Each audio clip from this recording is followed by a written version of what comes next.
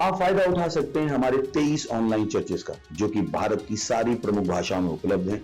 और इसके अलावा हमारे पास 3 विशेष चर्च हैं। एक टीनेजर्स के लिए जिसका नाम है तूफानी योग यानी 3, बच्चों के लिए हमारे पास ऑनलाइन चर्च है, और गूंगे और बहरों के लिए भी हमारे पास चर्च है, साइन लैंग्वेज का चर्च। उसके अलावा आप हमारे ऑनलाइन चर्चेस को देख सकते हैं उड़िया में, तेलुगु में, तमिल में, गुजराती में, कन्नड़ा में, तुलु में, इंग्लिश में, हिंदी में, छत्तीसगढ़ी में, राठौरी बरेली में, आसामीज में, मराठी में, पंजाबी में, नेपाली में, कोंकणी, मलयालम, सिंधी, भोजपुरी, बंगाली और मालवानी में। इनका फायदा उठाइए और पूरे भारत में लोगों को सुसमाचार सुनाइए। God bless you.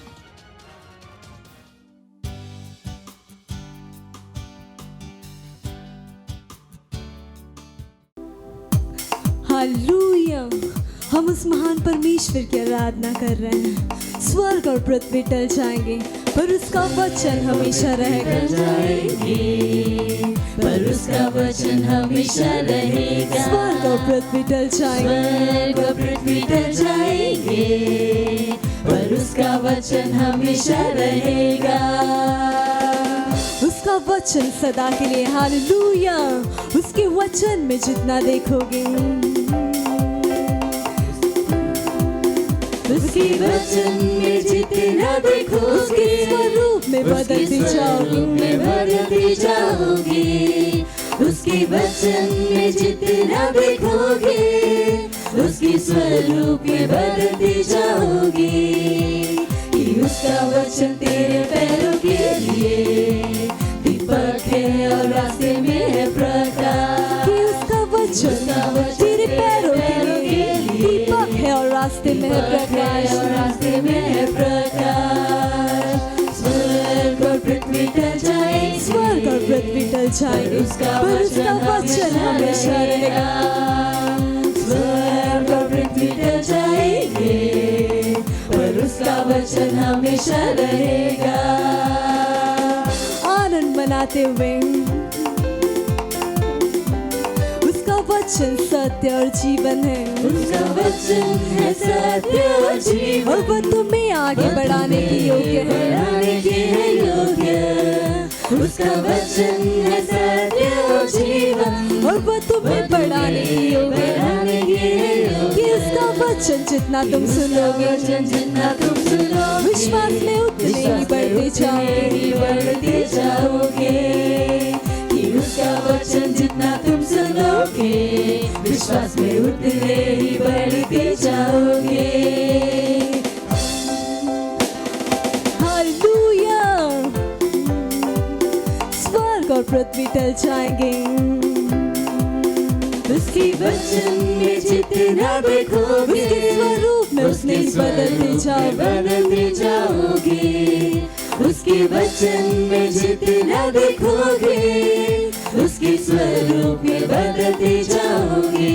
कि उसका वचन तेरे पैरों के दीपक है और रास्ते में है प्रकाश। रास्ते में है प्रकाश। कि उसका वचन तेरे पैरों के लिए दीपक है और रास्ते में है प्रकाश। स्वर्ग और पृथ्वी टल जाएंगे, पर उसका वचन हमेशा रहेगा। और उसका वचन सत्य और जीवन है। स्वर्ग और पृथ्वी टल जाएंगे, पर उसका वचन हमेशा रहेगा।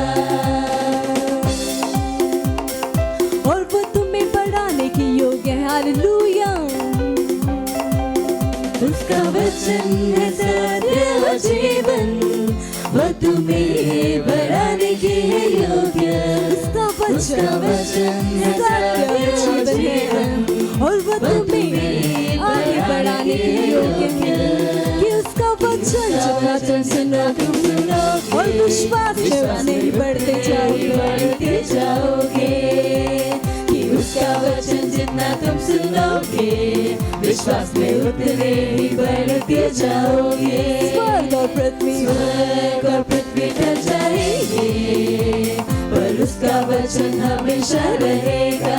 स्वर्ग और पृथ्वी टल जाएगा, पर उसका वचन सदा के लिए। हालेलुया। वचन हमेशा रहेगा। Hallelujah, praise the Lord. स्वर्ग और पृथ्वी टल जाएंगे पर उसका वचन हमेशा रहेगा। हालेलुया।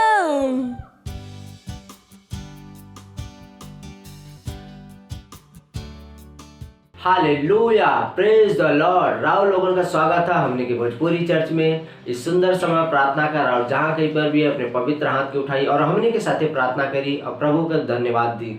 री कमांदला लाशे के रे बोंतला लीजा गा बोशे के रे बोंतला री ब्रबोंतला रबोंतला राव महान है परमेश्वर। धन्यवाद करते परमेश्वर राव श्रेष्ठता खातिर महानता खातिर परमेश्वर। राकाम थोलो लो साकारा बोंतला बहा आप महिमा के योग्य है प्रभु जी। री करा बोंतला महिमा के लायक है परमेश्वर, स्तुति के लायक है परमेश्वर। लीके रे बो शकारा मांग क्रमाम तला ली से तेरे बोन तला बहा। धन्यवाद धन्यवाद धन्यवाद। री सोम क्रमाम तला बहा। धन्यवाद परमेश्वर, धन्यवाद।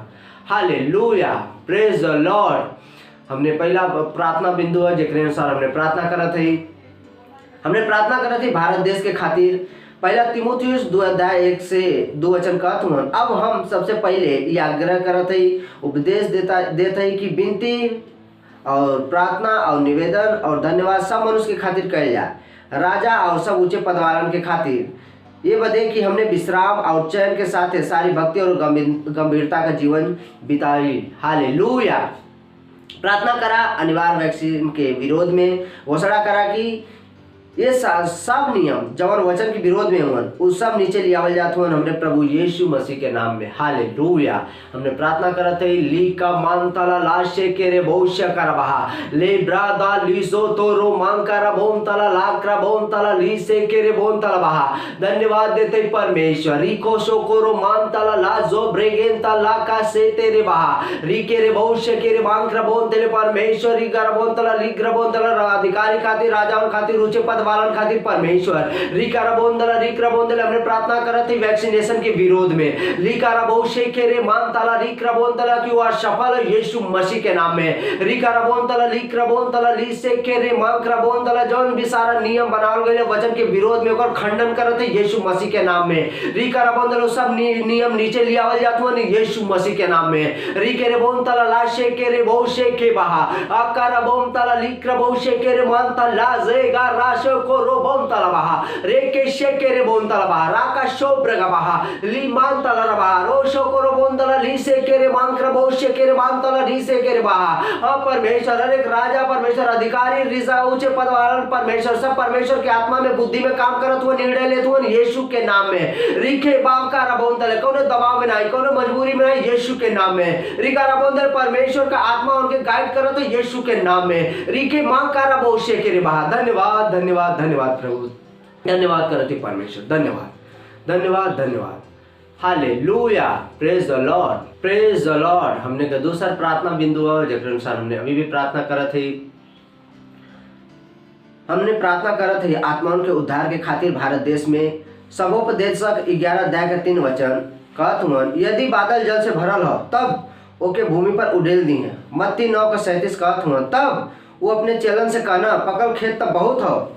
आत्मा का अन्य भाषा जुझारू रूप से प्रार्थना करा हमारे देश में और शहर में आत्माओं के इकट्ठा होने के खातिर भी और परमेश्वर के राज्य के खातिर भी। हालेलुया।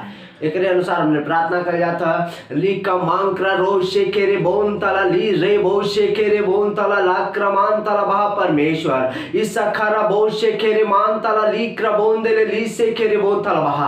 धन्यवाद देते परमेश्वर। री करा बोंदला री क्रबोन शकर बोंदल बादल जल से भरल हुए यीशु के नाम में। री के रे बोशे के रे मान तला ली क्रबोन दे भूमि पर उड़ेलत हुए यीशु के नाम में। री के रे बोन तला ला क्रबोशे के रे बोंदल पकल खेत बहुत है। री के रे बोंदल ली शेकेरे बोंदला लाखरा बोंदला अपने मजदूर खातिर प्रार्थना करे थी परमेश्वर। रिकारा बोंदला आत्मा के इकट्ठा होए खातिर परमेश्वर भारत देश में। लिकेरे मांग कर बहुत शेकेरे बोंदला बहा इसाकारा बोशे केरे मोंतला बहा रेशे केरे मांतला लूजो बो रासा ताला बोशे केरे बोंता लीजे गे बहा राकाशे केरे महा अम्मो ओंता लीजे गे रे शोक्र बहा लिक्र बोंतला रबहा। धन्यवाद परमेश्वर। रीगे गे शे केरे बो आशा ताला बहा लिकेरे मांक्र बोंतला लिक्र बो शे केरे बोंतला शेकेरे बोन शेकेरे बहा रीशे तेरे बोंतला बहा आशे केरे बोंतला बहा राकाशे केरे बहा रुशो तोरो मांतला लीजे गे रे बोशे केरे मांक्र मांक रे जादान तोलो लीसे केरे बहा री केरे बोन शकर बोन तला लीजे ग्रे बोशे केरे मांक रोन तला रीसे केरे बोन तला रीजा कर बहा री केरे बोन तला बहा परमेश्वर रीजा बोन तला बहा Isakra bondala harikra baha rishe kere bondala rika mankra बहुशे केरे बोंतला बहा रीशे केरे बोंतला पकड़ खेत बहुत हुआ रीका बोंत पर मजदूर के लिए प्रार्थना करते परमेश्वर मजदूर खातिर री केरे बोंतला लीक्रा बोंतला रीशे केरे बोशा का बहा अब अंत लीग्र बोंतला रीशे केरे बोंतला रीक्रा बोंतला भारत देश में इकट्ठा होते यीशु के नाम में रीका बोंतला हर एक आत्मा परमेश्वर राकाशो तोलो रिजा बहा रीके मांकरा रोन शांतला रबारा शोकोरो बोंतला बहा रीके बहुशो खो रांत ले जगांत लग्रो आसाखबा और महान तेलबा लीगा बहुशे केरे बोंदल बा राउंडोले बहा इसाका सोंतोलो बा लाक्रमांक्र रैशे केरे मांक्र रोंदोलो लीसे तेरे बहा धन्यवाद परमेश्वर धन्यवाद धन्यवाद धन्यवाद आसो तो रीगे सोकोरो माका साकर बहा उजो बोमंतल लीजे गेरे बहुशे केरे बोंदल बहा रीग्र बोंदल राशाकर बोंदल रीगा बोंदल परमेश्वर के काम के खातिर लड़ाई तो यीशु मसीह के नाम में जुनूनी हुई यीशु मसीह के नाम में धन्यवाद देते परमेश्वर धन्यवाद धन्यवाद धन्यवाद धन्यवाद धन्यवाद hallelujah hallelujah praise the Lord. हमने का तीसरा और आखिरी प्रार्थना बिंदु है पहला तीमुथियुस 2 अध्याय के 4 वचन कहत हूँ कि जे चाहत हूँ कि सब मनुष्य का उद्धार हो जाए और सब सत्य के भली बाती पहचाने प्रार्थना करा अपने परिवार पड़ोसी और दोस्तन के खातिर जेकर उद्धार ना भइल हो कि वो उद्धार के ग्रहण कर और सच्चाई के ज्ञान में आवत हुआ यीशु मसीह के नाम में हालेलुया। प्रार्थना करा कि वो यीशु के उनके प्रभु और उद्धारकर्ता के रूप में ग्रहण करत हो एक अनुसार हमने प्रार्थना करत है लीजेगारा मांक्रा बहुशा खरा मानताला लीसे केरे बहुशा करा बोंदेले वहा परमेश्वर लीसे तेले लीग्र बांक्र मांक रौसो तोरो बांक्र बहुशे केरे बोंताला बहा राकाशे केरे बहुशे केरे बांक्र मांक्र रासे तेले बहुशा करा बोंदेले पवित्र आत्मा लीसे केरे बहुशा करा बोंदेले राव इच्छा पृथ्वी पर पूरा होता है यीशु के नाम में सब सत्य के भली बाती पहचाना तो यीशु मसीह के नाम में रीखारा मांकरा बहुशे केरे बोंताला लाक्रा बहुशे केरे मांक्रा ईसा तारा बहा रे अंतला लाखारा बहुशे खेरे बहा रीमा अंतला लिक्रा बहुशे करा बोंतला लासे खेरे बोंतला बहा धन्यवाद देते परमेश्वर राकाशो ब्रगांतला लीसे खेरे बोंतला बहा ओकरे खातिर जेकर उद्धार ना भइले प्रभु जी रीकरा बोंतला लाकरा बहुशे केरे बोंतला बहा उद्धार के ग्रहण करत हुए यीशु मसीह के नाम में लीका मांकरा बोंतला लीसे केरे बों ईसा का बहा अशोकरो मांक्रा बोंदल प्रार्थना करती अपने दोस्तन खातिर पड़ोसी खातिर रिश्तेदारों खातिर परमेश्वर रीकेरे बोंतला लीसे केरे बोंदल अपने सपाटी खातिर परमेश्वर रीकेरे बोंशा करा बोंतला लीक्रा बोंशे केरे बोंतला उनका हृदय मस्तिष्क खुला लो परमेश्वर के वचन के ग्रहण करे खातिर रीकेरे बोंतला ज्ञान में बुद्धि में आवे खातिर रीकारा बोंतला लीसे केरे बोंतला बहा यीशु मसीह उनके जीवन का उद्धार करता और प्रभु हुआ स्वामी हुआ यीशु के नाम में रीकेरे बोंशा करा बोंतल अपने स्वामी के रूप में उद्धारकर्ता के रूप में ग्रहण करत हुए यीशु के नाम में रीके शेखे रे बा आशो तोलो बहा रीक्रे बहुशे के रे बोंतला री से के रे बोंतले धन्यवाद धन्यवाद धन्यवाद परमेश्वर धन्यवाद धन्यवाद हमने के प्रार्थना के सुने खातिर और उत्तर देवे खातिर धन्यवाद धन्यवाद परमेश्वर ये प्रार्थना के मांगत है यीशु के नाम में आमीन हालेलुया प्रेज द लॉर्ड। इस समय स्तुति और आराधना का हमने अपने प्रेज टीम का स्वागत किया जाए।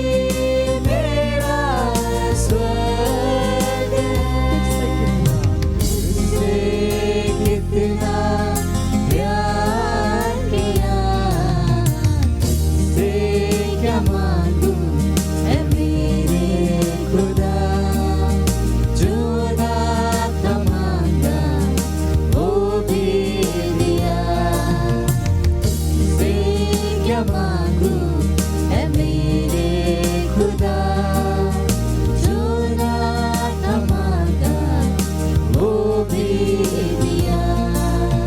तेरा ही धन्यवाद करूं, तेरे ही बारे में सोचा करूं, तेरा ही धन्यवाद करूं, तेरे ही बारे में सोचा करूं। हरदम दिया तूने कुछ ना लिया, तुझसे क्या मांगू है मेरे खुदा, जो ना था मांगा वो भी दिया।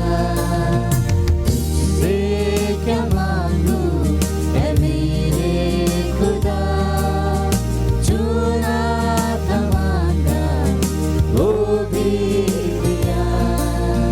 कौन दूसरा था जहाँ दे के जाता, कौन दूसरा था जहाँ दे के जाता, तूने तो अपना सब कुछ दिया। तुझसे क्या मांगू है मेरे खुदा, जो ना था मांगा वो भी दिया। तुझसे क्या मांगू है मेरे खुदा, जो ना था मांगा वो भी दिया। जो ना था मांगा वो भी दिया। Oh, hallelujah. Praise the Lord. Oh.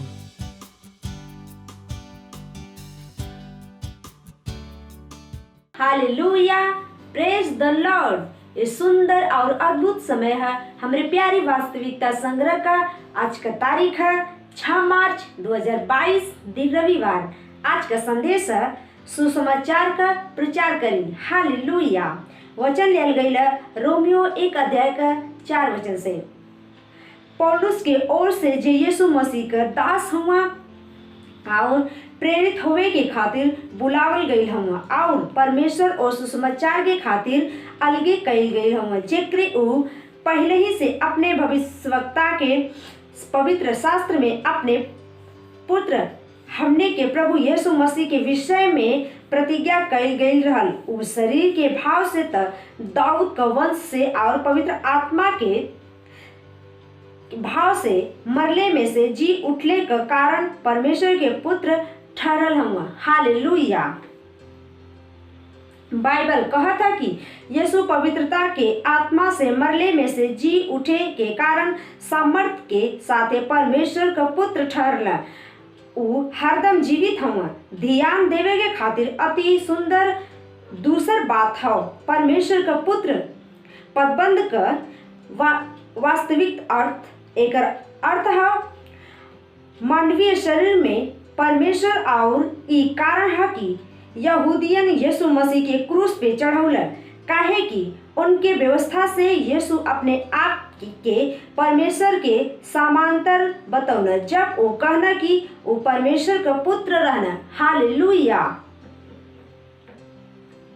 लेकिन वो खुद परमेश्वर हुआ। बाइबल ई दर्शावत है तीतुस 2 अध्याय 13 से 14 वचन।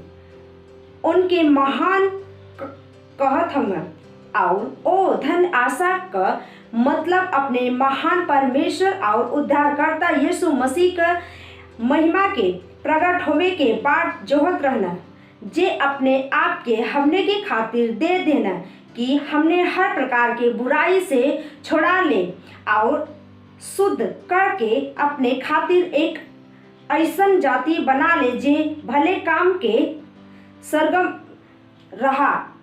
ई ऊ यीशु हवा जेकरे बारे में हम रवा के बतावत हई। हालेलुया।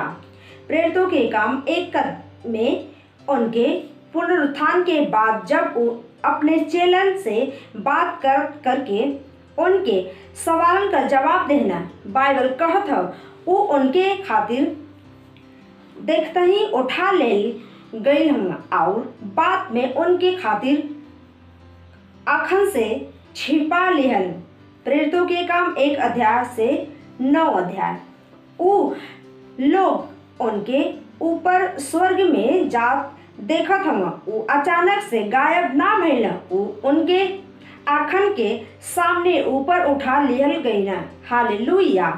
बाइबल कहत ह उनके जात समय जब वो आकाश के ओरी ताकत रहना। प्रेरितों के काम 1 अध्याय से 10 अध्याय। ई एक विश्व में होवे वाला सबसे महिमामयी वस्तु रहल। यीशु ना त वो खाली ई मरले से जीवित भइल बल्कि भौतिक रूप से ऊपर भी उठा लिहल गई और उनके देखावत रह जब स्वर्ग में ऊपर गई। धन्य हुआ परमेश्वर। बाइबल कहता कि तू पुरुष श्वेत वस्त्र पहन ले उनके आगे आके खड़ा भइल और चेलन से कहना, हे गलीली पुरुषन, तू काहे खड़ा आकाश के ओरी देखत हुआ। ये यीशु से जो तोहरे लगे से स्वर्ग में उठा लियल गईल हो, उनके रीति से तू उनके स्वर्ग में जा देखले हुआ। वही रीति से ऊ फिर अहन। हालेलुया। प्रेरितों के काम 1 अध्याय के 11 वचन। ई ऊ घोषणा हो जवन पूरा विश्व के खातिर अवसर ही करे के हो। हालेलुया। ए पूरा विश्व में हर केहू के बताई कि यीशु मरले में से जीवित भइला और स्वर्ग में चल गईला। ऊ फिर से आवत हुआ। ई रुआ का काम हो कि सुसमाचार के हर जगह प्रचार करें, अपने आसपास के लोगन के जाने दें कि फिर से यीशु आवत हुआ और उनके कल्पना से कहीं ज्यादा निकट हो। हालेलुया। Praise the Lord. इस समय है घोषणा कर रब लगन जहाँ कहीं भी है अपने पवित्र हाथ की उठाई और हमरे पीछे घोषणा बोली। हमरे आसपास के सब लोगन के सुसमाचार का प्रचार करे के अपने उद्देश्य में हम निर्भीक और जुनूनी हैं। काहे कि हम विश्व में प्रभु के महिमा और सत्यनिष्ठा का वाहक हैं। उनके दयालुता और अनुग्रह का वितरण हम अब ही प्रार्थना करते हैं कि आज देशन के ऊपर सत्यनिष्ठा उडेलल जात हो। परिणाम स्वरूप राज्य में आत्मन के एक बाढ़ आई। यीशु के नाम में आमीन। हालेलुया। Praise the Lord. इस समय है गवाही का।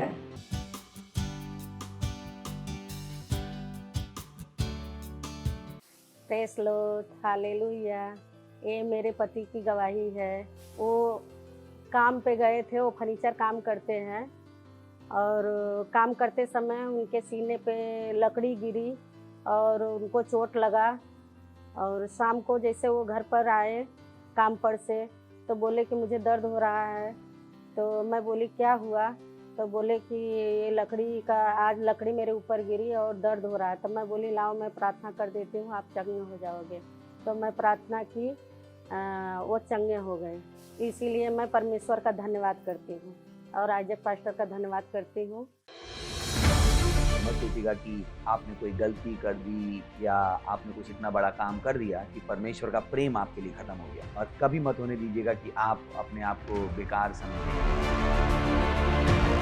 जब आप 24 घंटे प्रेम में चल रहे हो तो आप 24 घंटे किसमें चल रहे हो? परमेश्वर की भरपूरी में। Praise the Lord. हालेलुया। अगर आपको उद्धार में चलना है तो आपको प्रेम करना पड़ेगा। Praise the Lord. तो प्रेम केवल मुंह का नहीं है, प्रेम में आप एक कदम उठाते हो। जैसे परमेश्वर ने जब हमसे प्रेम किया तो उसने कुछ किया। जो सम्मान परमेश्वर ने यीशु मसीह को दिया, जो मौका परमेश्वर ने यीशु मसीह को दिया, वही मौका उसने मुझे और आपको दिया। हालेलुया। उसने हमें उसके पास बुला लिया। हालेलुया। उसने हमारा उसके बीच का जो संबंध टूट गया था उसको क्या कर दिया? जोड़ दिया। ग्लोरी। किसकी वजह से? प्रेम की वजह से। हालेलुया।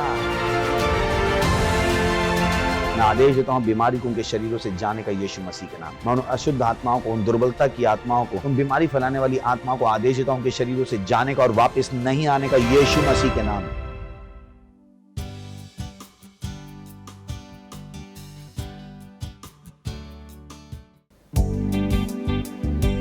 ओरा महान है, तू महान है,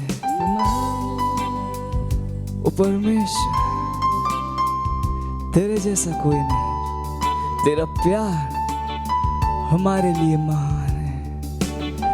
जो अनुग्रह तूने दिया है वो काफी है। हाँ, तू जो विचार, तू जो सपने मेरे लिए देखता है वो महानता के देखता है।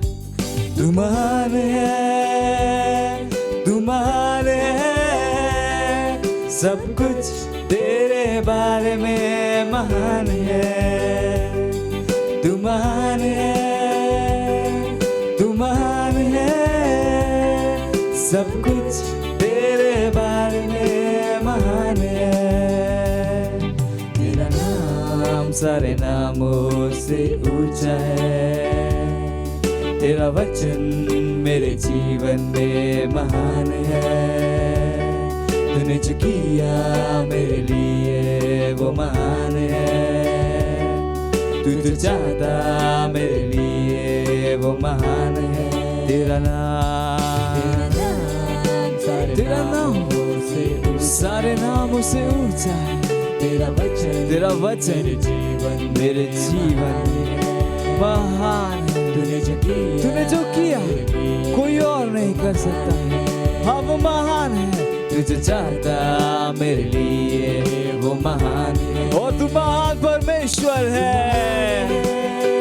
हाँ, तू महान है, सब कुछ तेरे बारे में महान है।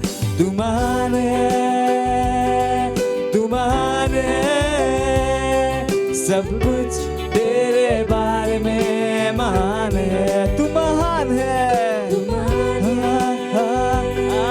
तू महान है, सब कुछ तेरे बारे में महान है। तू महान है, तू महान है, सब कुछ तेरे बारे में महान है। तेरा प्यार मेरे लिए महान है। तेरा अनुग्रह मेरे लिए हाँ काफी है। तेरे सपने मेरे लिए महान है।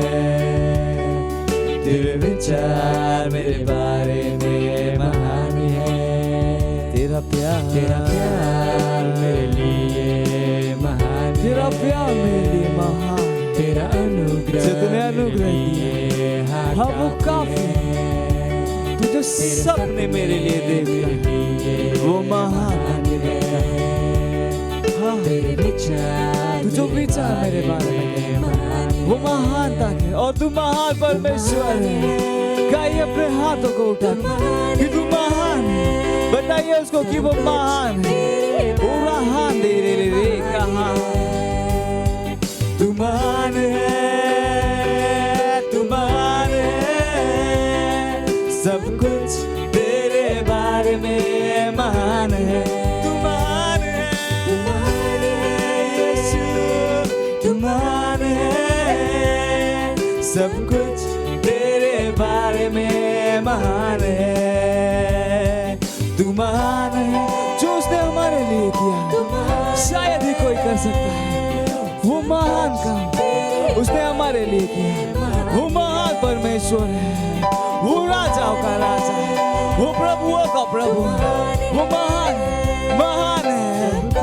तेरे बारे में महान है। सब कुछ तेरे बारे में महान है।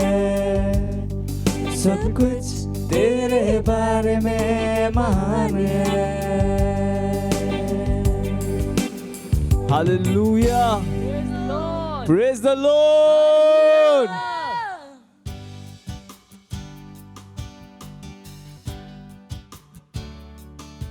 샤테레 인타 앙크라 사이 샤이 샤이 샤이 샤이 샤샤바데। ओ लॉर्ड, रुआ बहुत अद्भुत हैं, रुआ बहुत अनोखा हैं, रुआ सामर्थी हैं, रुआ महिमामय हैं, रुआ महान महिमा का राजा हैं, सर्वशक्तिशाली, बुद्धिमान, जीवित, सारा विश्व राउर है, विश्व के सारा देश। धन्यवाद हमने की आत्मा के द्वारा चलावे खातिर, वचन के ज्ञान देवे खातिर, विजय देवे खातिर, हमने के अपन मंदिर बनावे खातिर धन्यवाद। वो गवाही खातिर जो हमने के पास बा धन्यवाद। हमने के द्वारा पर राज्य बढ़ावे खातिर धन्यवाद। इस समय खातिर धन्यवाद जो रुआ हमने के देले बानी कि हमने के और वचन से सीखी जा और आगे बढ़ी जा। हमने कहते हैं हमने के आत्मा, हमने के मस्तिष्क खुलल बा और वचन से सुने खातिर और सीखे खातिर धन्यवाद। अभी प्रार्थना के यीशु मसीह के नाम में मांगता नहीं, आमीन। Praise the Lord. बैठ सकता नहीं।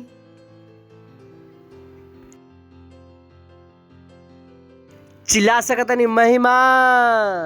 पड़ोसी के स्वागत कर सकता नहीं, कही के स्वागत बना और खुशी भइल रुआ के देख के। Praise the Lord. हमनी के करीब 1 महीना से बातचीत करते हैं जा मसीहत के 3 बल के बारे में। Praise the Lord. और हमनी के कहनी कि अगर रहुआ ये 3 बल के जानीला तो रुआ उस सब के ढंग से इस्तेमाल कर पाए और सदा आगे बढ़ जाए। Praise the Lord. हमनी के बार बार कहनी कि परमेश्वर ना चाहेलन कि हमनी के जीवन में उतार चढ़ाव हो। परमेश्वर ना चाहेलन कि जीवन कभी ऊंचा जाए, कभी नीचा जाए। पर फिर भी बहुत लोग के यही देखे कि मिलेला, थोड़ा सा भी परेशानी उनके जीवन के हिला देवेला।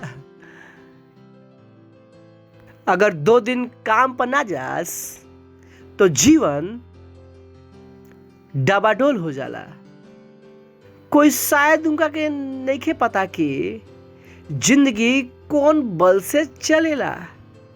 उनका के लागेला कि पैसा के बल सबसे बड़ा बल है। पता ना कौन सा बल उनकर पता बा। और हमनियों के मसीही की तरह वही बल के इस्तेमाल करीला जा अपन जीवन में स्थिर करे खातिर। Praise the Lord. सही बा ना। और ओकरा के हम कहिला आधा हकीम खतरे जान। Praise the Lord. हमारे नहीं पता कि रुआ आधा हकीम के कहानी सुनले बानी कि नहीं सुनले। वो कहानी इस तरह से बा कि एक हकीम जी रहन, ज्यादा उनको ना होत रहे लेकिन वो हकीम रहन। तो उनकर मम्मी रोटी बनैली और पता ना वो का करत, उनकर हाथ जल गए। तवा गरम रहे तो मम्मी जाके तवा ठंडा पानी में डाल देली और तवा ठंडा हो गई। तो हकीम जी गोलन कोई दूसरा गांव में, वहां पर कोई बच्चा के बुखार है, तपत रहे और हकीम जी के तवा याद आयल। हकीम जी बच्चा के भी ठंडा पानी में डाल दन, बच्चा मर गई। तो बहुत सवार मसीह भी जिस तरह से बाहर वाला लोग जिएलन वो तावा के नियम यहाँ पर लगावेला ना, जिंदगी डूब जाला।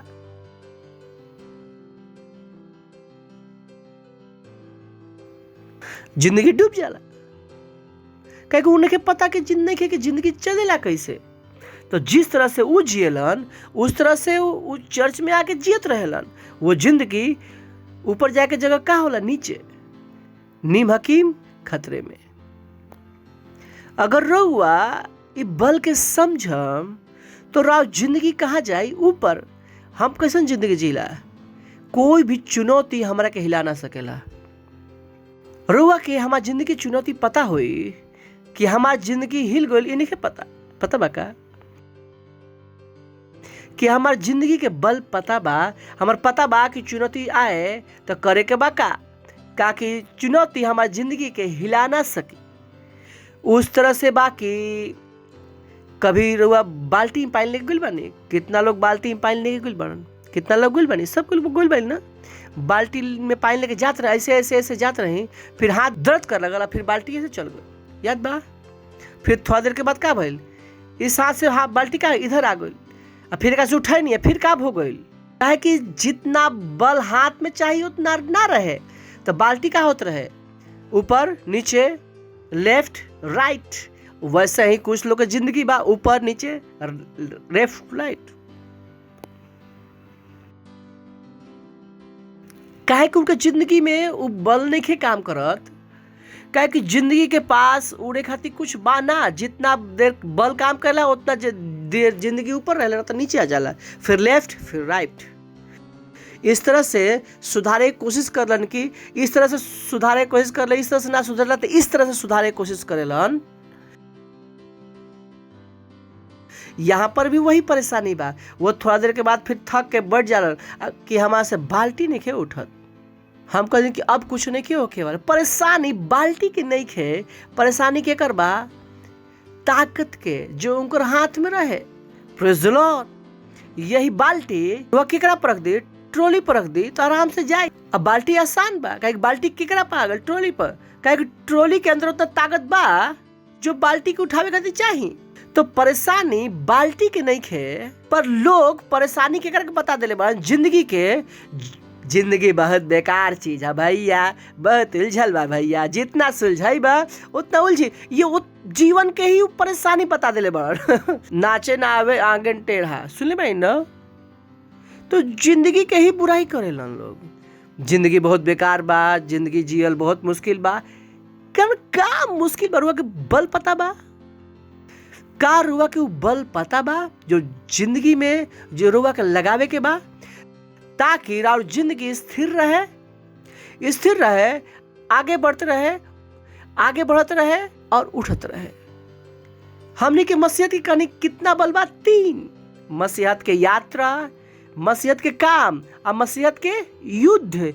वो युद्ध रुआ के हर दिन लड़े के बा।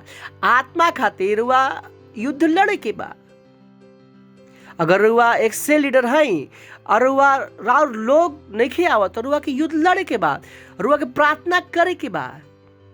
हम कि उनका आवे की इच्छा नहीं खे, ऐसा नहीं खे कि उनकर आवे की इच्छा नहीं खे, उनकर खींचे के जो उनका बल चाहिए, जो रुआ नहीं लगले, जो राव प्रार्थना से जब रुआ 1 घंटा प्रार्थना कैले रहती, जब उनकर अंदर का भइल का होइत, उनका अंदर बल पैदा हुई चर्च में आवे खातिर। वो उतना प्रार्थना करनी ना, ताकि उनकर अंदर पूरा इच्छा का होके विकसित हो जाए। रोवा के लागल कि वो सुनल ना चाहलन, परेशानी सुनल ना चाहलन, ई ना है परेशानी बात जो बल चाहिए उ ना लगले। सोच के देखी वैक्सीन के बारे में, फोन में भी मास्क लगा लो, वैक्सीन लगा लो, मीडिया में मास्क लगा लो, वैक्सीन लगा लो, हर जगह का मास्क लगा लो, वैक्सीन लगा लो। वो का लगा दे बल, हर जगह से बल लगाओ ताकि लोग उनको सुने। तब रोवा जब कहता नहीं कि ओ पड़ोसी हमारे नहीं सुनत, हमारे रिश्तेदार हमारे नहीं सुनत, हम कहता नहीं कार हुआ के पता बा। अच्छा कितना लोग बड़न जो कभी बीमा एजेंट बनल बड़न, LIC के कौन बनल बड़न, LIC होला ना कि मर जा पैसा ले ला, हाथ उठा ली, होला ना बीमा करा ला। कितना लोग कैले बड़न हम कुछ करे वाला नहीं कि हम केवल देखा तनी। मल्टी लेवल मार्केट के कैले बा होला ना कि रुआ के 500 रुपये के शैम्पूल खरीद ली, फिर पड़ोसी के बेच द, फिर दोस्त के बेच द। और वो जो रुआ के सिखैले रही, ध्यान से सुनी, वो रुआ का दिखलन, चिंता मत कर, ये देख तहार इतना दोस्त बाड़न, इतना रिश्तेदार बाड़न कि एकरा के बेच दी आ तारा के प्रॉफिट मिली। ओकरा के भी पता रहे कि रुआ के बिना राउर दोस्त तक ना पहुंच सकेलन। रुआ कहे लगेला कि राउर दोस्त के शुभ समाचार सुनावे खातिर कोई दूसरा कोई आवेला बा। इतना बुद्धि उनको रहे,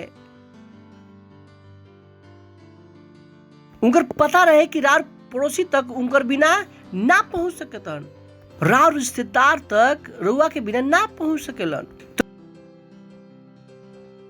तो जब रुआ एक मसीह या जब रुआ लागेला कि राउर रिश्तेदार के बचावे के कोई दूसरा कोई आवे वाला बा, रुआ के नहीं पता कि का होता।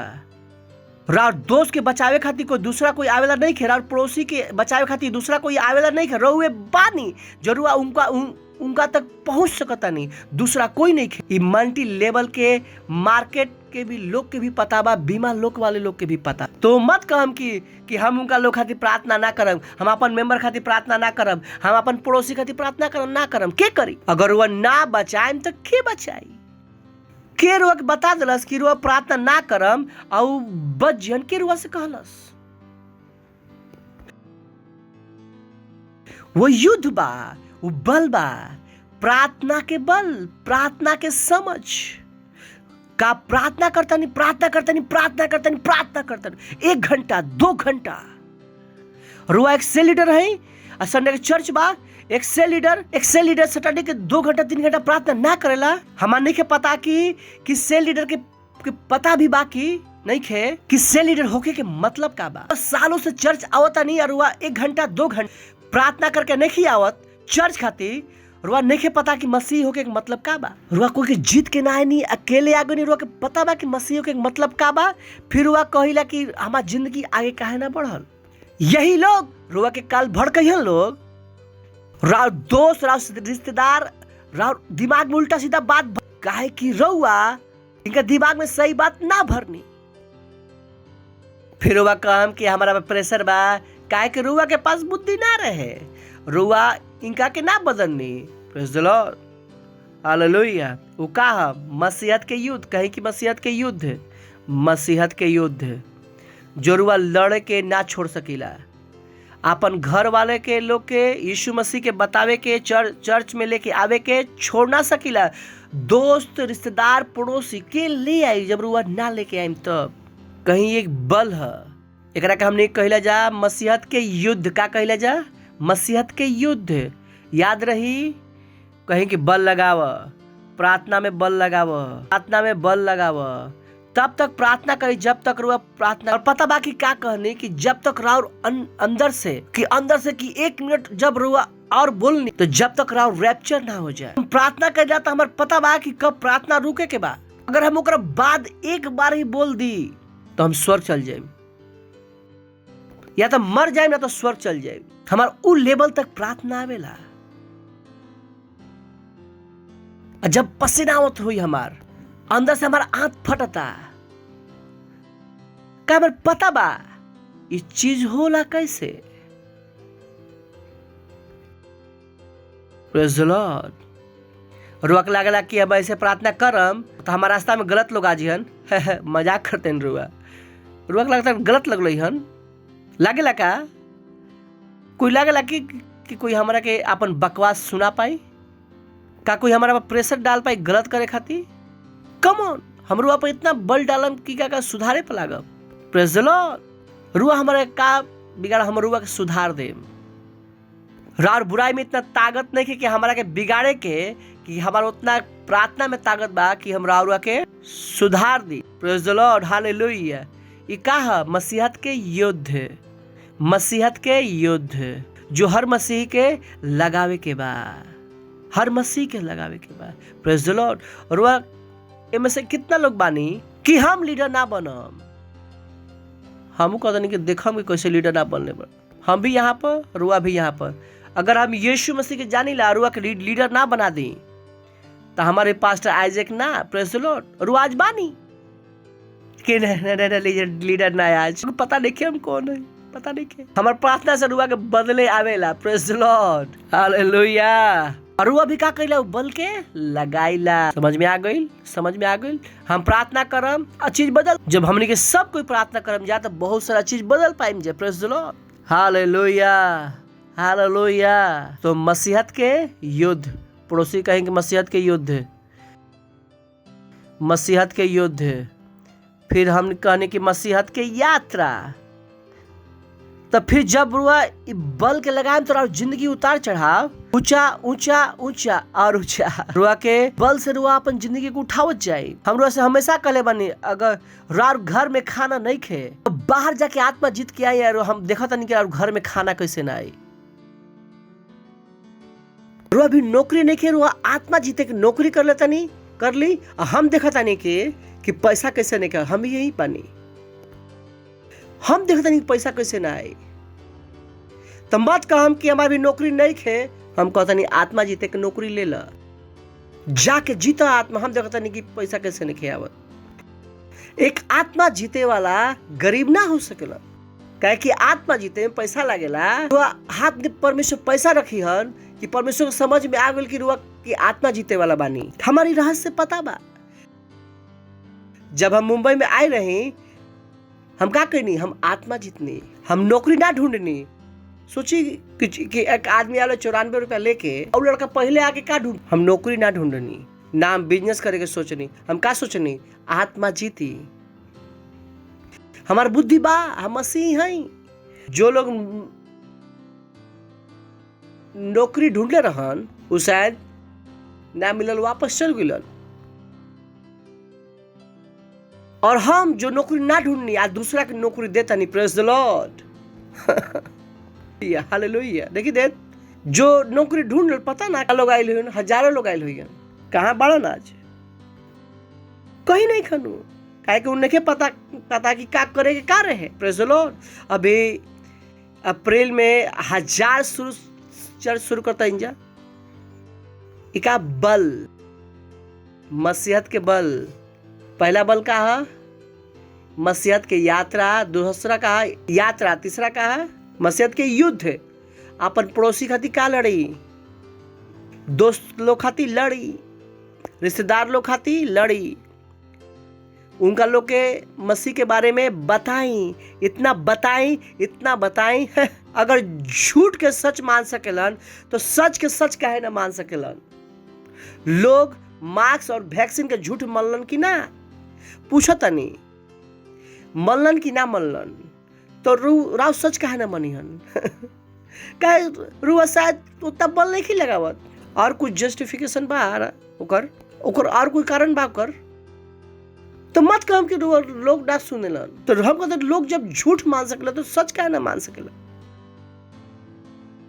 एक समय रुआ पर भी प्रेशर डालन, मास्क लगाओ ना तो अंदर है के ना दे, ई हो का भइल, सब खत्म हो गइल, सब खत्म हो गइल कि ना कुछ बचल बा का। काहे कि वो अपन बल लगाओ तो हम अपन बल लगाओ तो प्रेज द लॉर्ड। पर हमनी के बल उनका लोग से ज्यादा रहे, प्रार्थना के बल उनका लोग के पास, सरकार के बल रहे, पैसा के बल रहे, हमनी के पास का रहे प्रार्थना ना हरे नहीं जा हमनी के।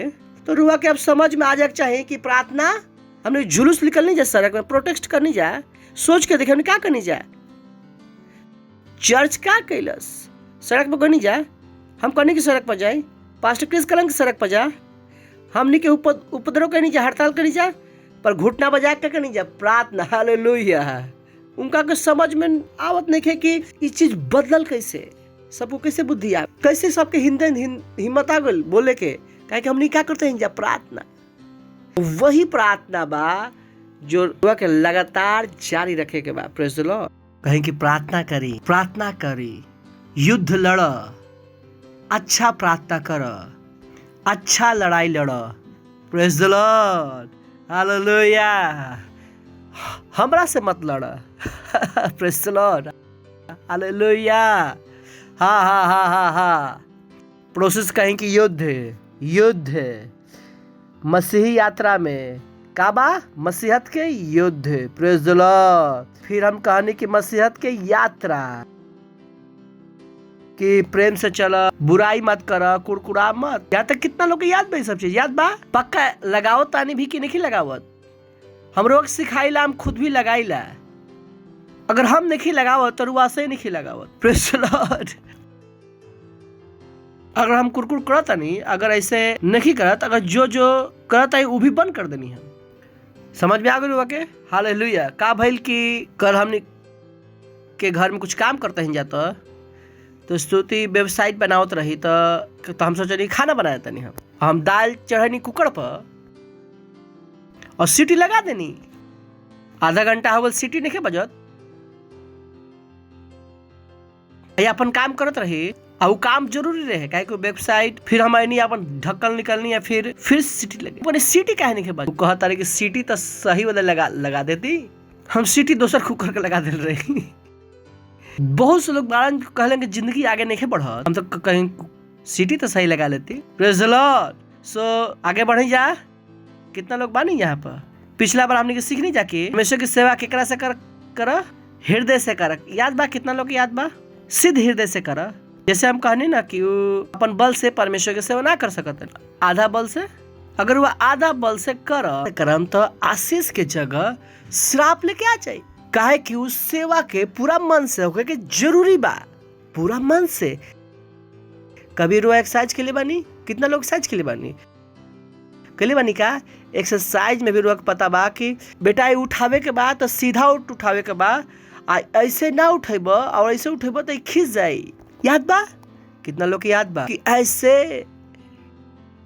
ऐसे उठाइब तो ऐसे ही रह जाइब। तो परमेश्वर की सेवा आधा मन से करम तो बढ़म तो ना, लेकिन टूटम जरूर।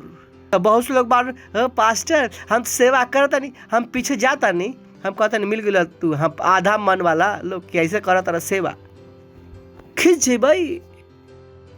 आधा मन से सेवा करब तो बढ़े के जगह तो जमीन पर लेटल मिलब, तो मसल बनाए जाए और मसल तोड़वा के आ जाए। करुआ का करते हैं? क्या करुआ गलत तरह से सेवा, गलत तरह से बेआ पता बा कि परमेश्वर की सेवा कैसे होला? सच्चा मन से प्रेम से खुश होके आपन इच्छा से और खुद की इच्छा होला आगे बढ़े के, चर्च के बढ़ावे के। Praise the Lord.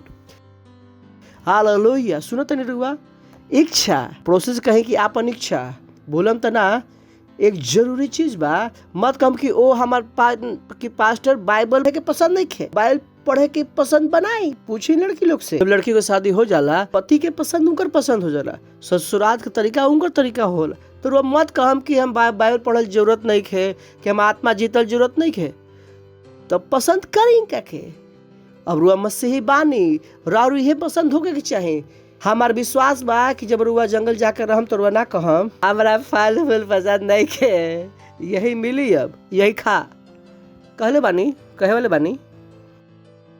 रुआ कहम अगर फल पसंद नहीं खे आयल, जंगल के बाद में 2 महीना बाद लौटम तो फले खात लौटम।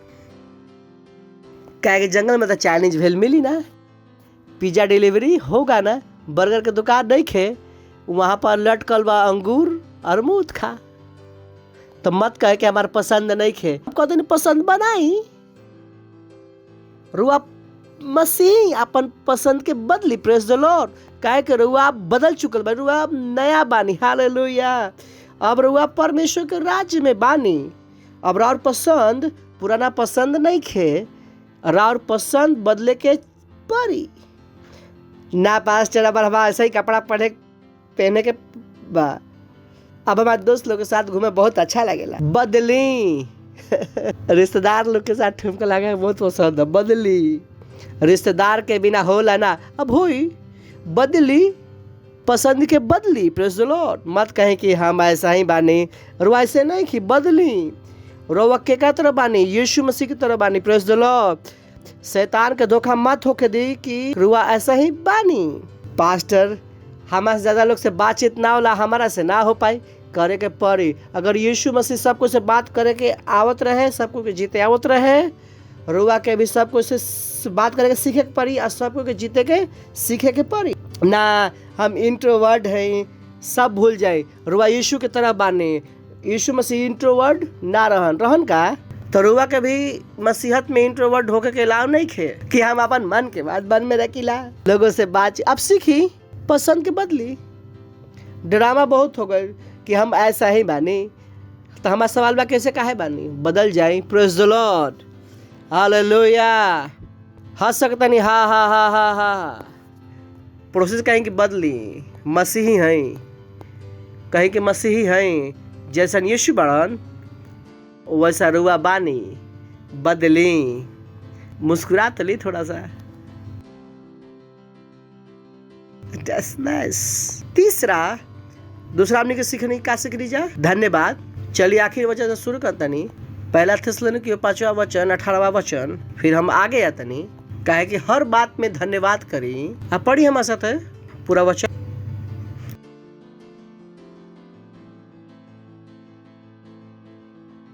एक बार और फिर से पढ़ी सब कोई।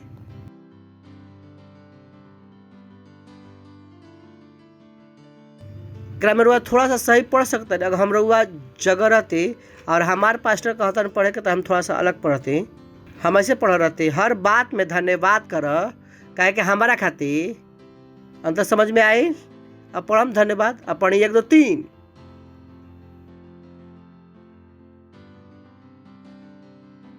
याद रही कि बाइबल कैसे पढ़ल जाला, हमारा खातिर। फिर से पढ़ी, ढंग से पढ़ी 1 2 3। हाँ,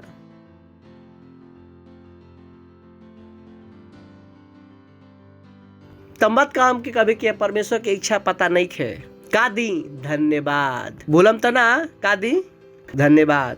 तीसरा, जब हम कहें नहीं कोई भी टॉपिक नहीं है, जब हम एक बार में सब सिखा दी, हम 3 में से एक बता देनी, हम कोशिश करता नहीं कि ई वाला आज खत्म हो जाए। एक आखिरी चीज की मसीह जीवन आराधना के जीवन होला। मसीह जीवन के कर आराधना के। चलिए पढ़ता नहीं हो ना 4 अध्याय 23वां वचन।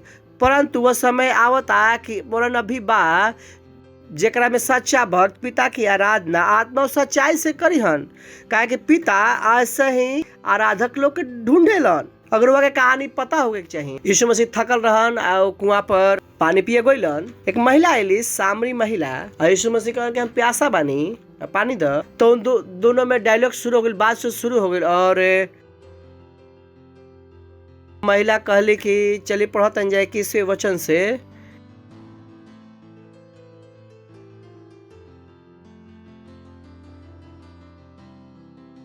चलिए 17 में चलो तनी, ताकि स्टोरी तू स्त्री कहले के बिना पति के बाद बानी यीशु मसीह कहले कि तू ठीक कहतारू। चली नेक्स्ट। काहे कि तू 5 पति कर चुकल बारू, अतार पति नहीं खे, तू सच्चे कहले बारू। नेक्स्ट। यही से कहले कि हे प्रभु, हमारा लगता कि तू भविष्यवक्ता हवा। नेक्स्ट। हमार बाप दादा, अब ध्यान है कि बात शुरू हो गई। अब बातचीत कहाँ जाता, अलग दिशा में। अब स्त्री बोलता रहे कि हमार बाप दादा यही पहाड़ पर आराधना करन लोग, और तू कहता रह कि वो पहाड़ जहाँ आराधना करे के चाहिए यरूशलेम बा। सामरी और यहूदी लोग में यही लड़ाई रहे। सामरी और यहूदी के विषय में केकर विषय में लड़ाई रहे? सामरी लोग के अपन आराधना के तरीका रहे और यहूदी के अपना आराधना के तरीका। तो वो लोग अपन फूट आंख ना सुहात रहन लोग, वो बातचीत ना कर सकत रहन लोग। यहूदी के अपन, सामरी के अपन। यहाँ पर वही लड़ाई रहे। वो यहूदी, वो महिला का रही सामरी, यीशु मसीह का रहन यहूदी। हमार बाप दादा लोग आराधना कर। तू कहता रे कि वो जगह जहाँ आराधना करे के चाहिए यरूशलेम में बा। नेक्स्ट। यीशु, अब ये इम्पोर्टेंट है, कहानी रुक समझ में आ। अगर वो ना समझे तो बहुत कुछ मिस हो जाए। ध्यान लगाए, बहुत बड़ा चीज भाई यहाँ। यीशु मसीह कहलन की हे नारी, हमार बात की विश्वास कर। उस समय आवता तू ना तो पहाड़ पर पिता की आराधना करबू और ना यरूशलेम में। तो लड़ाई का रहे, कहतन के हम आराधना यरूशलेम के बाहर करते, ओकर आपन पहाड़ रहे, हम वहाँ प्रार्थना करते। तू कहते यहाँ पर प्रार्थना करते। यीशु मसीह का कहलन, हे नारी, हमार बात तो विश्वास करे कि उस समय आवता कि तू ना तो पहाड़ पर आराधना करबू पिता के, ना यरूशलेम में। नेक्स्ट। अब बहुत इम्पोर्टेंट है, बहुत पड़ोसी के जगह ली उस होता नहीं, ये मिस कर देनी तो सब मिस कर देनी। ये सबसे बड़ा चीज बा जो मसीह के पता होगा कि चाहिए। बहुत बड़ा चीज आवता। तू जेकरा के ना जानेलू ओकर आराधना करेलू और जेकरा के हम जानिला ओकरा के आराधना करेला। काहे कि वो उद्धार यहूदियों में से बा। वो बताओ तरन कि अविश्वासी लोग के पता भी नहीं है कि वो केकर आराधना करत तरन। तो जेकर आराधना कहतन वो आराधना भी ना हो। काहे कि वो जानत नहीं खन कि केकर सामने, काहे कि तू नहीं जानत कि तू जेकर ना जानेला। सोच के देखी, तू जेकरा के ना जानेला ओकर आराधना करेला और हम जेकरा के जानीला ओकर आराधना करेला। काहे कि उद्धार यहूदियों में से बा। नेक्स्ट एकरा में फिर वापस आए, फिर आगे चल के, परंतु समय आवता परन अब भी बा जेकरा में सच्चा भक्त ओ गॉड, जेकरा में सच्चा भक्त पिता की आराधना आत्मा और सच्चाई से करई हन। काहे कि पिता अपना लोग के ऐसा ही आराधक है। दिस इज ह्यूज। पता ना हम कितना घंटा में समझा पाए। पवित्र आत्मा में सहायता करियन। वरन उस समय आवता, वरन वो भी बा सच्चा भक्त पिता की आराधना। यहाँ पर जो डिफरेंट पर दिखाई देवे के चाहिए, यहाँ पर ओ कि यीशु मसीह बतैलन कि परमेश्वर जेकर हम आराधना कैला जा वो हमार पिता हवन। Praise the Lord. का हवन? पिता। यही वो चीज बा जो यीशु मसीह कहलन कि तू जेकरा के तू ना जानेला ओकर आराधना करलन, पर हम जेकर जानीला ओकर आराधना करेला। वो बताओ तरन कि जो आराधना बा वो केवल क्रिश्चियन ही कर सकेलन। क्रिश्चियन के बाहर जो करत रहन वो आराधना भी ना है। बहुत इंपॉर्टेंट बा। काहे कि उनका पता ही नहीं है कि के सामने बा। चलिए पढ़ता नहीं भजन संगीता 96 वर्स 5। क्या कि देश देश में सब लोग मुड़ते बा, वो परमेश्वर ना हवन। काहे को बताओ तो कि तू जानत भी निकल लो कि तू क्या करता रह के सामने तू नाचे तरन। वो आराधना ना है, वो देवता ना है, वो परमेश्वर ना है। का है कि मूर्त है। ओह हाउ बॉय, मूर्त। काहे के देश देश के सब देवता तो मूर्त ही बड़ा, परंतु यहोवा ही स्वर्ग बनेले बा। काहे कि तू ना जानला, तू जेकरा के ना जानला तू ओकर आराधना करेला।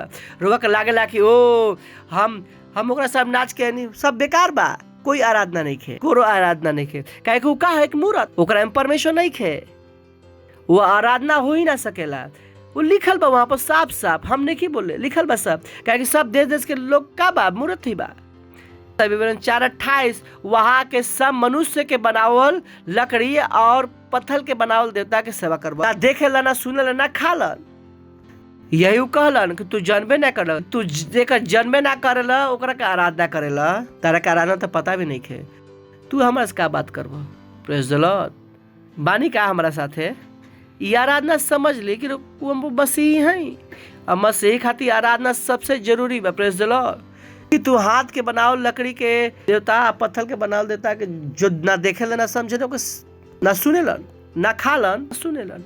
वो बतैलन, समझ में आ गइल कि वो का कहलन कि तू जेकरा के ना जानला तू एकर सेवा आराधना करला, पर हम जेकरा के जानीला ओकर आराधना करेला। यानी कि रउआ के आराधना करे के बा, रउआ के पहले केकरा के जाने के बा? परमेश्वर के अपन पिता के रूप में। Praise the Lord. हालेलुया। अब बिना परमेश्वर के जाने उनका का आराधना ना कर सकीला। चलिए एक और वचन पढ़ते हैं जा, प्रकाशित वाक्य 4:11। हे हमार प्रभु और परमेश्वर, तू ही महिमा और आदर और सामर्थ के योग बड़ा। काहे कि तू ही सब वस्तु सृजले बानी, तहार इच्छा से रहे और सब सृजल वस्तु हमनी के आराधना केवल सृजनहार के कर सकीला जा। Praise the Lord. आराधना कर सकता नहीं जा सृजनहार के। तो रउआ कोई मूर्ति का आराधना ना कर सकीला, रुआ के कोई फोटो के आराधना ना कर सकीला। कोई यीशु मसीह के फोटो लगा के हमें क्या करता रहे? रुआ क्रिश्चियन बारी, रुआ लगा लेनी क्रॉस, ओकरा फूल चढ़ा के प्रार्थना करता नहीं। रुआ क्या करता नहीं? वो बना लेनी संत पतरस की मूर्ति, मरियम की मूर्ति, ओकर क्या करता नहीं? आराधना। काहे कि हम अंदर वाले लोग से बात करता नहीं। काहे कि अंदर वाले ही लोग बाड़न जो करत रहे, बाहर वाले लोग से नहीं करत। खड़ा हो जाए कोई भी क्रोस के सामने लड़ा का करता नहीं रुआ। परमेश्वर वो क्रोस में नहीं खन, परमेश्वर फोटो में नहीं खन, परमेश्वर मरियम के मूर्ति में नहीं खन, वो पतरस के मूर्ति में नहीं खन, परमेश्वर वहाँ नहीं खन रुआ का करत नहीं मरम please pray for us And they have hymns to worship Mary. And हमारा नहीं पता है मरियम के नाम के से आराधना ना है प्रेज़ द लॉर्ड ये आराधना ना है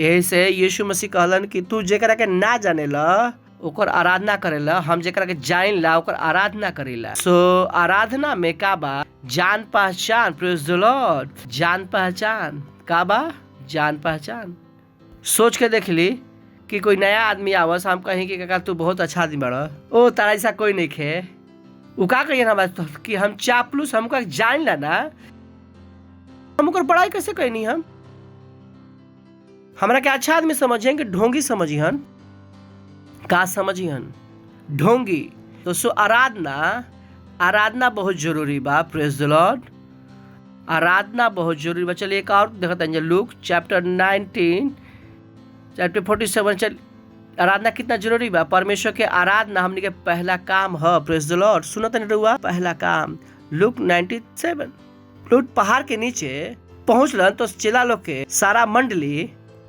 उस सामर्थ के काम जो लोग देखले रहन लोग आनंदित होके बड़ा शब्द से परमेश्वर की स्तुति करे लगलन लोग सही बा यीशु मसीह चमत्कार कैलन और सारा चेला लोग का करता परमेश्वर के स्तुति नेक्स्ट धन्यवाद राजा जो प्रभु के नाम में आवतरन स्वर्ग में शांति और आकाश मंडल में महिमा का करतरन आराधना और स्तुति कितना लोग हमारी बात समझ में आवता का चलता आराधना और स्तुति नेक्स्ट तब भीड़ में से कुछ फरीसी उनका में से कहे लगलन हे गुरु अपन चेला के डांट नेक्स्ट वो उत्तर दिलन हम तारा से कहता नहीं अगर ये चुप रहियन तब पत्थर चिल्ला उठियन प्रेज़ द लॉर्ड हालेलुया बताओ तो कि आराधना कितना जरूरी बा अगर रुआ के लागेला कि हम लोग गलत सिखा देनी रुआ कि पास्टर रुआ कैसे पालो चिल्ला उठी कि तब आराधना है चलिए 1914 MSG से देखा तनी दिस सेम स्क्रिप्चर पत्थर चिल्ला उठियन का करे प्रशंसा स्तुति प्रेज़ द लॉर्ड एक मसीही खातिर परमेश्वर के आराधना सर्वोपरि बा सर्व उत्तम बा सबसे पहले एक मसीही के आराधक होके के परी प्रेज़ द लॉर्ड रुआ ना कह सकिला कि हम आराधना करे ना आवेला रुआ के परमेश्वर के आराधना करे के परी काहे कि परमेश्वर से आराधना मांगेलन ही डिमांड यू गॉड वर्शिप रुआ ना कह सकिला कि हम आराधना ना करम हम और रुआ यही खातिर बनल बनी जा प्रेज़ द लॉर्ड प्रोसेस कहीं कि हम और रुआ यही खातिर बनल बनी जा हम और रुआ यही खातिर बनल बनी जा केकरा खातिर बनल बनी जा परमेश्वर के आराधना प्रेज़ द लॉर्ड चलिए रोमियो 1:21 बल बाई प्रोसेस कहें कि बल बाई देखी क्या लिखल एक कारण कि परमेश्वर के जाने पर भी परमेश्वर के योग्य बड़ाई और ना कैलन परंतु व्यर्थ विचार करे लगल लोग यहाँ तक कि उनका निर्बुद्धि मन भी अंधेरा हो गईल जब रुआ वर्शिप ना कैला तो रुआ अंधकार में जिए के शुरू लिखल बा यहाँ पर क्या करो समय नहीं खेरो अभी आराधना करे हमने याद प्रेस फ्राइडे लोग ना आवेला बोले लोग कहाँ जाता रह तू कि ना जब बीमार लोग खातिर प्रार्थना हुई तब हम आए हाँ ये कारण कि परमेश्वर के जाने पर भी कि वो परमेश्वर के ओह दिस इज बिग एक कारण कि परमेश्वर के जाने पर भी याद बा कोई यीशु मसीह का कहलन जेकरा के तू ना जानलन ओकर आराधना करेला हम जेकरा के जानीला परंतु अब परमेश्वर का बात करता उन लोग से जो परमेश्वर के जाने पर भी हम अरुआ की कारण कि परमेश्वर के जाने पर भी कि वो परमेश्वर के योग्य ना कि राउर हिसाब से यानी कि आराधना बा जो परमेश्वर के योग्य बा ना कि वो जरूरत दिला ना कि वो जरूरत करीला वो परमेश्वर के योग्य जो परमेश्वर का बिफिटिंग बा जो कर लायक बा एक कारण कि परमेश्वर के जाने पर भी वो परमेश्वर के योग्य बड़ाई और धन्यवाद ना कैलन परंतु वो व्यर्थ विचार कर लगलन कि यहाँ तक के उनका निर्बुद्धि मन का हो गए अंधेरा एक एक बात करता क्रिश्चियन लोग क्रिश्चियन बात जो जवानी में कदम रखना ना बॉयफ्रेंड बना लेना ये क्रिश्चियन हमन राव निर्बुद्धि मन अंधेरा हो गई हर गलत चीज पसंद होता राव निर्बुद्धि मन अंधेरा हो गई उनका हर गलत चीज पसंद बा हर अच्छा चीज से वो दूर भागत क्या परमेश्वर के जाने पर भी राव जिम्मेवारी बाकी कि रुआ के परमेश्वर के योग्य बड़ाई और धन्यवाद बड़ाई और प्रशंसा, स्तुति, आराधना। जब रुआ परमेश्वर की आराधना ना करम तो रुआ के पास का व्यर्थ के विचार, सही विचार रुआ गलत लगी। होला बहुत लोग के साथ। कभी भी अब सोचिला कि प्रभु सही बात में भी गलत ढूंढत तरह। कुछ लोग ऐसे ही होलन, उनकर हर समाधान में भी परेशानी नजर आवेला। मिले माने उन लोग से रुआ नहीं मिलने, हर समाधान में का नजर आवेला। लीडर्स मीटिंग में कुछ बोला उलड़ियन, हमारी रिपोर्ट का है ना भाई। व्हाट, आपको पास्टर में बुराई नजर आता, काहे को पास्टर उनका पीछे पर, पास्टर और पीछे पर हम कहते नहीं कि राउर दिमाग सही बा रुआ के, एक से गलत का सोच सकता नहीं। वो पास्टर जो रुआ घुटना में प्रार्थना करके चर्च में रुआ के लैलन, आ वही पास्टर रुआ के लात मार भगावल चाहल। हम कहते राउर दिमाग खराब बा, दिमाग सही बा। ये हमार बताओ था कि रुआ के आराधना ना करीला। जब रुआ आराधना ना करीला, गलत ही सोच, रुआ सही चीज ना समझ में आए, रुआ ना देख पाए सही।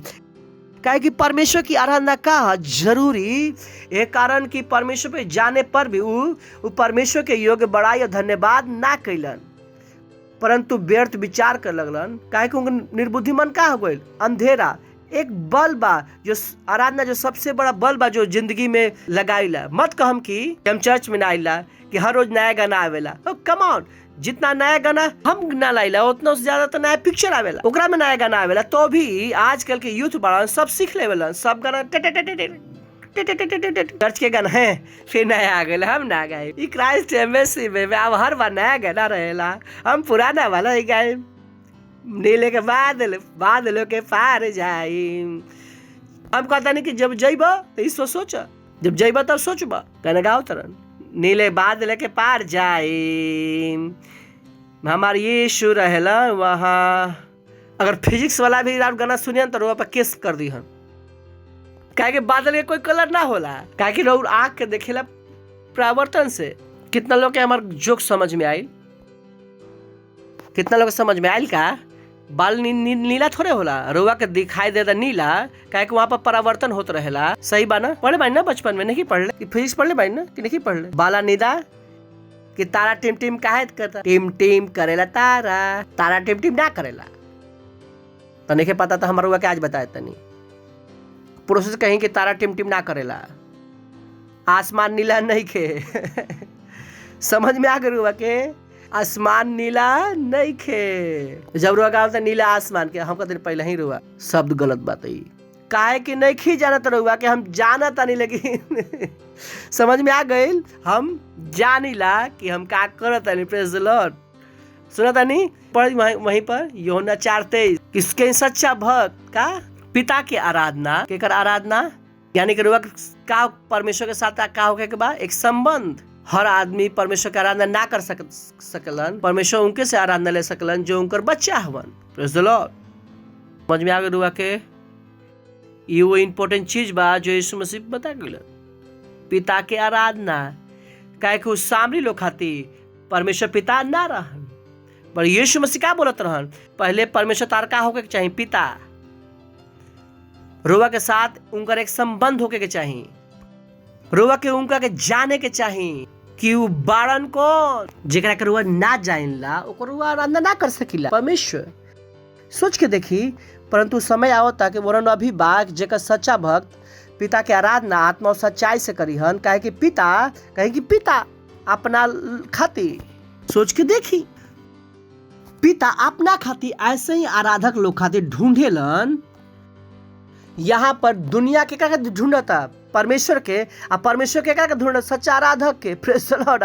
जो एकर आराधना कैसे करता जान के उना कौन सा गाना रहे कि जीवन दे दिन के जन कर भाई, हम निकाल देनी अपन आत्मा से। केकरा का गा ली, अगर आवला तो गा ही ली। का है गाना?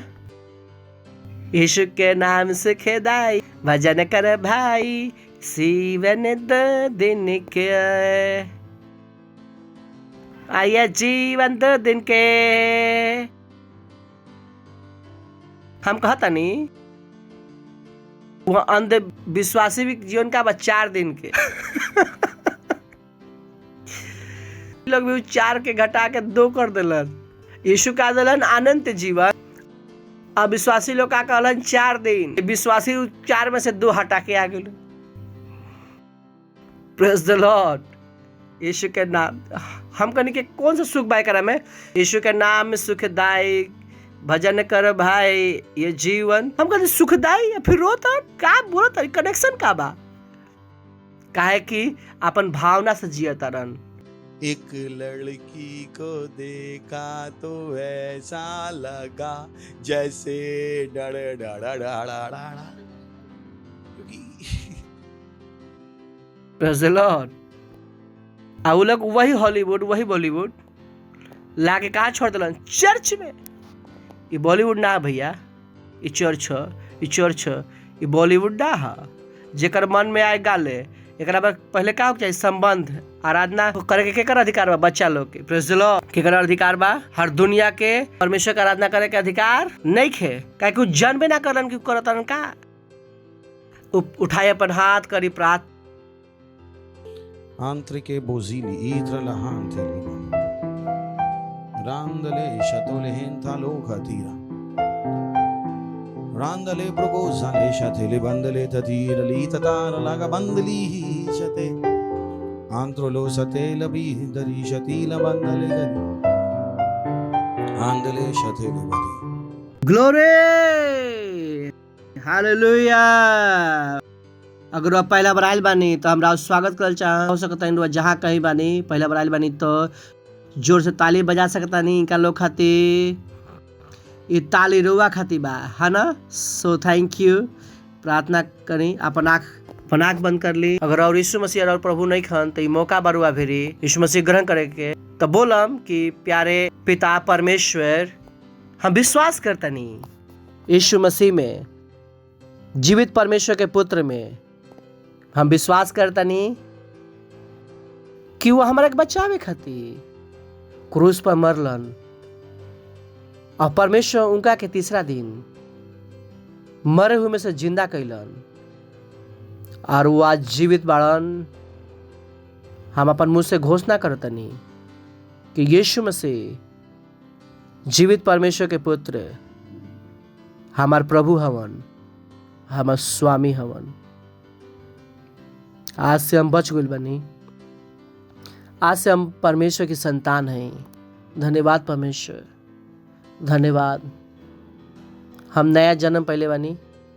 धन्यवाद हमारा के बचावे खातिर यीशु के नाम में, आमीन। Praise the Lord. जोर से ताली बजा सकता नहीं इनका लोग खातिर फिर से। तो स्वागत बा परमेश्वर के राज्य में। हमारी खुशी बा कि रुआ यहाँ ही नहीं। थैंक यू वेरी मच। एक पहले कि आगे बढ़ी हम लोग खातिर प्रार्थना करता हम।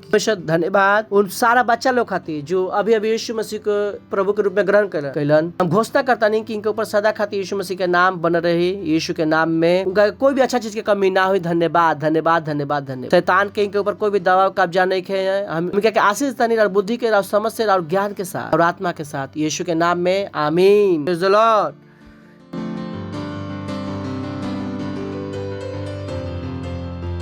इस समय बा हमनी के भेंट, हमनी के पार्टनरशिप, हमनी के दशमांश देवे के। हालेलुया। Praise the Lord. हम उस परमेश्वर की स्तुति प्रशंसा कर रहे हैं जो हमारा चरवा है। वो हर एक चीज हमें देता है, हमें हर चराइयों में चराता है। स्तुति प्रशंसा होवे सदा, बोलो जय जय जय यीशु की जय। आओ हम मिलकर करे वंदना, बोलो जय जय जय यीशु की जय।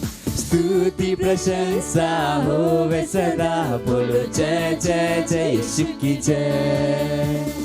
आओ हम मिलकर करे वंदना, बोलो जय जय जय यीशु की जय। तो गाओ हालेलुया हालेलुया। तो गाओ हालेलुया हालेलुया। तो गाओ हालेलुया हालेलुया हालेलुया। तो गाओ हालेलुया हालेलुया। यहोवा चरवा मेरा हमें चलाता है, हर हरी चराइयों में हमें चराता है। यहोवा चरवाहा हमें यो मेरा चरवा है हमें चला और वो हमें चलाता है। जहाँ पे हरी हरी चराई है वो हमें वहाँ पे चराता है। हमें चराता है और हमें ना किसी चीज की कमी है, हमें ना किसी चीज की घटी है। आओ हम मिलकर करें यीशु की प्रशंसा। की प्रशंसा हाँ, आओ हम मिलकर करें यीशु की महिमा। सब मिलके गाएंगे हालेलुया हालेलुया। तो गाओ हालेलुया हालेलुया। तो गाओ हालेलुया हालेलुया। तो गाओ हालेलुया हालेलुया। देखो आ रहा है न्याय करने को, आएगा यीशु जरूर बादलों। देखो देखो देखो देखो वो आ रहा है न्याय करने। हाँ, यीशु मसीह आएगा एक दिन बादलों पर। क्या तुम उसके लिए तैयार हो? क्या तुम यीशु के लिए तैयार हो? आओ हम मिलकर करें यीशु की प्रशंसा। आओ हम मिलकर करें यीशु की महिमा। तो गाओ हालेलुया हालेलुया। तो गाओ हालेलुया हालेलुया। तो गाओ hallelujah hallelujah.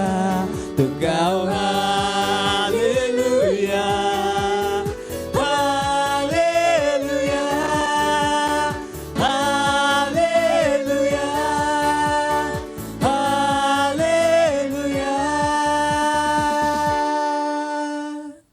Praise the Lord. प्रार्थना करेंगे। प्रार्थना करम जा धन्यवाद दी परमेश्वर के भेंट के हती। धन्यवाद तनी परमेश्वर भेंट जरुआ हमनी के लावे के अवसर देनी। ये भेंट धन्यवाद था। ये पार्टनरशिप राउर आत्मा के द्वारा पवित्र बा, राउर ग्रहण होके के चाहिए। जैसे राउर बच्चा लोग देला हम लोग एक बड़ा फसल इनका भी तेजी भी से आवता है यीशु के नाम में। धन्यवाद है तनी भेंट के ऊपर राउर आशीष के आह्वान करतनी बढ़ोतरी खातिर राज के विस्तार खातिर यीशु के नाम में आमीन। Praise the Lord. कुछ अनाउंसमेंट बा, ध्यान से सुनी। पहला बा लीडरशिप के हमने कोर्स जारी बा। 4 क्लासेस हमने के अपलोडेड हो गइल बा। इस सप्ताह में बाकी भी सारे के सारा हो जाई। तो प्लीज लीडरशिप रुआ के कोर्स अटेंड करे के बाद ध्यान रखी। हम कहनी कि मसीहत के यात्रा मसीहत के काम तो रुआ ना कर सकेला कि हम लीडर ना करम। लीडर ना बनम तो मसीहत के काम कैसे करम? मसीहत के काम ना करम तो एक बल रह जाई। तो रुआ शायद रुआ के चाहे जीवन के आगे बढ़ाए के तो बेवकूफ मत बन जाए। तो ना पास्टर हमारे से लीडर ना बनल जाई। बस आए मैं चल जाई, हमारा कोई परेशानी नहीं थी। और रुआ आया चल जाई पर रुआ के परेशानी हुई। जहाँ रुआ पहुँच सकता नहीं वहाँ तक ना पहुँच पाए। काहे के तीनों बल चाहिए, समझ गए नहीं? मसीहत के यात्रा, मसीहत के काम, मसीहत के युद्ध। हम पास्टर रुआ के झूठ ना बोलब। हमार काम रुआ के सच बतावे के, भले रुआ के पसंद आए चाहे ना आए। Praise the Lord. We a leader होकर बहुत आसान बा। केवल रुआ के ऊ करे के बा जो हम कहीं रुआ से करे के। आप रुआ के अपना मन से कुछ नहीं करे की जरूरत नहीं है। और कैसे करे के बा भी सिखाएं। बस ट्रेनिंग के अटेंड करम। Praise the Lord. फिर कहने के प्रोजेक्ट 5000 हम कहने की हर मेंबर एक लीडर। फिर हम कहने की हर एक प्रोजेक्ट 5000 पार्टनर मन बनाई कि रुआ युद्ध लड़ी। तो प्रार्थना करी, हम प्रार्थना करी ला जा। हमने के साथ प्रार्थना करी। आत्माएं जीती का जीती? आत्माएं जीतम तो प्रभु रुआ के बड़ा बात बता पाई हन। बहुत से बात लोग कहलन कि ओ प्रभु हमारा के बहुत बड़ा बात ना बतलन, काहे कि रुआ प्रभु के साथ काम ना कहनी। सुनता नहीं रुआ, काहे कि नया जीवन खातिर नया ज्ञान चाहिए। और नया ज्ञान कब आई? जब रुआ प्रभु रुआ के दी हन। आ जब प्रभु रुआ कब दी हन? जब रुआ प्रभु के काम करम। Hallelujah, praise the Lord. खड़ा हो सकता है, परमेश्वर के धन्यवाद दे। हमने के 36 ऑनलाइन चर्चेज बा, 22 भाषाओं में, बेक्सो खातिर और 14 बच्चों लोग खातिर उनका के इस्तेमाल कर ली। हमने खुद के चर्च के ऐप बा, Christ embassy India first flat, ये हमने के ऐप बा। और रुआ भी नहीं खे तो प्लीज डाउनलोड कर ली। रुआ बहुत कुछ वहाँ पर अच्छा चीज पा सकता नहीं। Praise the Lord. अपन हाथ को उठाए, धन्यवाद दी। परमपिता के प्रेम, यीशु मसीह के अनुग्रह और पवित्र आत्मा की सहभागिता हमनी के साथ सदा खातिर बना रहे, यीशु मसीह के नाम में, आमीन। निश्चय ही भलाई और करुणा सदा हमारे जीवन में निवास करी और सदा के लिए परमेश्वर के घर में निवास करम, यीशु मसीह के नाम में, आमीन। Thank you. आनंद मनाई। वचन का करला? काम करेला।